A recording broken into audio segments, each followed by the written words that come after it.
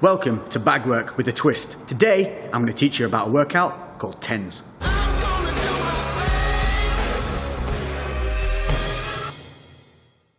So what's up guys, and welcome to something a little bit different, and this is a heavy bag reps workout. Now what do I mean by that? What I mean is you don't need a timer. This is all about the number of punches you're going to be putting in. So this is basically something that's going to help you build that motor pathway to your punches. It's going to help you learn, but also it's going to be a good cardio workout, it's going to be a good muscular workout, and it's going to help you push those mental boundaries. So without further ado, let's get on and look at what we're doing today. First things first, equipment that you're going to need. Some simple gloves, 12 ounces to 16 will protect your hands enough for this. Most gyms will have them for you to borrow, so don't be afraid to ask. If not, you can get any old relatively inexpensive ones. I've got these Venoms, I think they call them Venom Elite or something like that. I'll link them in the description below. Simple Amazon buy, so check these out, I can recommend them. Number two is footwear. Make sure that you have something on your feet that's going to give you the support that you need. You do not want to be wearing running trainers. If that's all you've got, do it barefoot.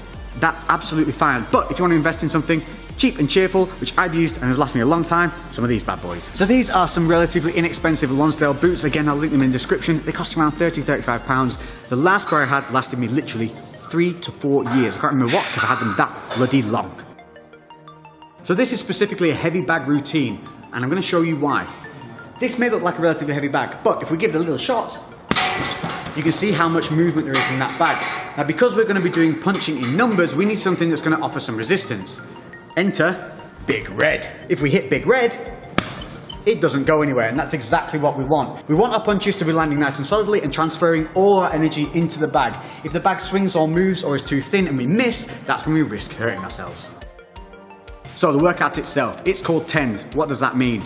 It's simple. We're going to do punches building up to 10. It doesn't mean 10 punches, you're going to be doing much more. But we're going to go from 1 to 10. We're going to go from jabs to hooks to combinations. Now this isn't about time, this is about numbers. So if you get tired, you suck it up, you reset, and you just keep driving through. This is going to be great for pushing through those mental barriers.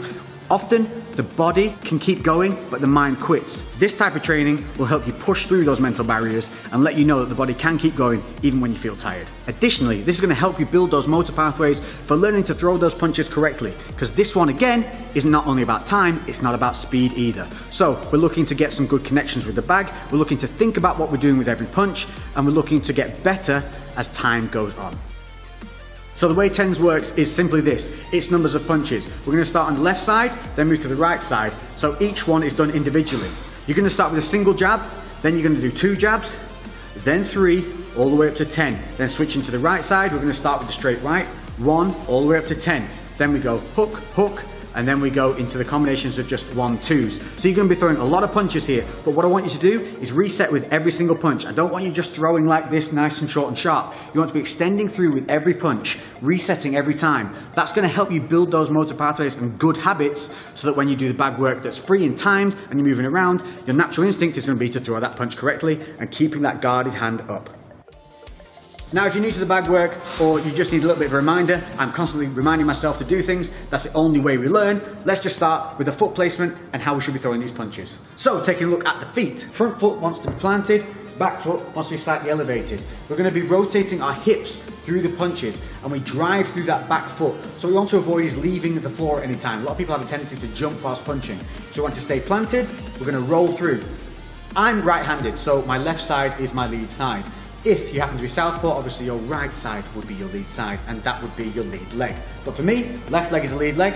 From here, I'm going to keep my hands up high, keeping my guard. And you can see my left shoulder is further forward than my right shoulder. So we're not standing square on. From here, what we're going to do is we're going to throw the punch out. We're going to roll the hips through. We're going to keep this right hand up, and then we're going to return back in a straight line to the chin.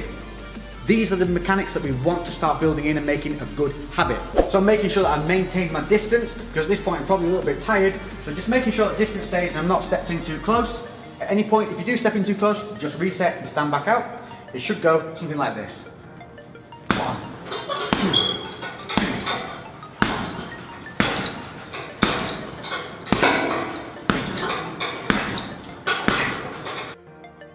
So moving on to the straight right. This is a much bigger shot. So it's going to travel more distance, it's going to be a little bit slower. So again, don't try and go too quickly. We're going to keep that left side forward, not standing too square. We're going to keep the left guard up this time, and we're going to roll through with that big right punch, and then bring it back to the chin. So like I said, this is going to be slower, it has to travel further. I really want to roll my hips through, driving off that back leg. So the right one, keeping that distance, making sure that you've got that range, coming through, bang, bringing that left hand up to guard. So as you come through, get in the habit of just popping that left hand up. So when we're throwing them in multiples, slow it down, make it count.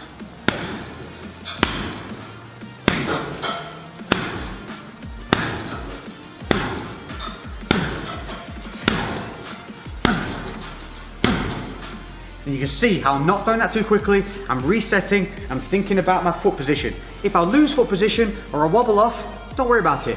Just reset and start again. Hooks. Now there's a couple of different ways of throwing hooks, but we're going to concentrate on the close and personal hook. If you're further away and you're on the bag work, just a quick one, make sure that you are rolling the knuckles over as you throw from distance. We're going to stay quite close to the bag, this kind of distance. The reason I want you to stay close to the bag is to reduce tweaking the shoulder or hurting your hands.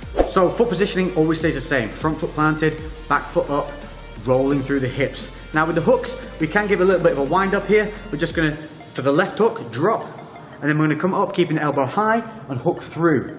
So we want to just develop a bit of an exaggerated habit of bringing that elbow up and high. You'll see a lot of guys when they're shadow boxing, you see them, they just bring the elbow around nice and tight. That's what we want to do here. Obviously, once you get a bit more fluid and you get a bit more technical with things, you don't need to have the elbow as high, but again, exaggeration helps develop that motor pathway.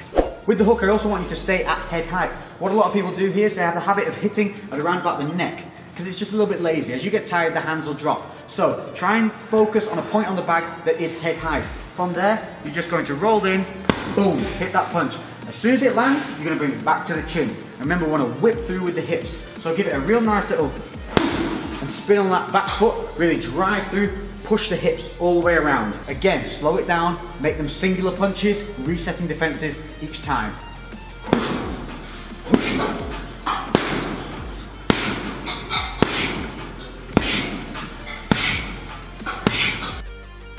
Now if you're like me, one of the hooks will feel more comfortable than the other. For me, my left hook's very natural, but the right hook seems to feel a little disconnected because it's traveling further. With the left hook, I tend to turn my hand over and really bring it in. With the right, I tend to like to punch up close with the hand like this rather than this. So I'll come in with the right hook like so. For me, it just connects better and it feels more natural. But if keeping the hand turned over feels good to you, that's going to help you keep the elbow up. So whichever way you do it, just think about remembering to keep that elbow nice and high, keeping the other side guarded as always, to keep the elbow nice and high. Noticing as I throw the right, the left comes up to guard that counter punch side.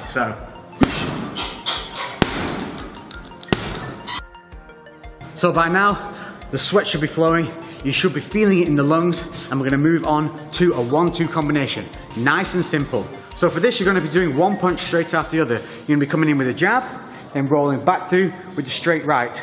So you'll have seen this often, a lot of people do it on pads and with the mitts, but what we don't want to start doing is those habits of bringing the hands down and rolling them under, or starting to stunt our punches. So again, slow it down, really reach, pop, pop, reset, pop, pop, reset. Now we're going to be going 1-2 counts as 1 rep. To stop with confusion of the numbers, simply count your right punch. So with every 1-2, this is going to count as 1, so it'll be 1, 2, 1, 2, 3, 4, 5, 3. Make sense? It looks something like this. Always keep the hands up as well. As you get tired, your hands are going to want to drop. So don't let that happen. So here we go. 1, 2, 3. Always counting that right hand. So now when I get to 4, it's actually 8 punches. And I'm only going to count the right. 1, 2, 3, 4.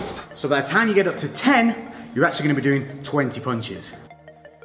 So there you have a nice variable that is an untimed, great workout using the heavy bag that's going to help you build that motor pathway. It's going to seriously work the muscles of the triceps, the back, the core.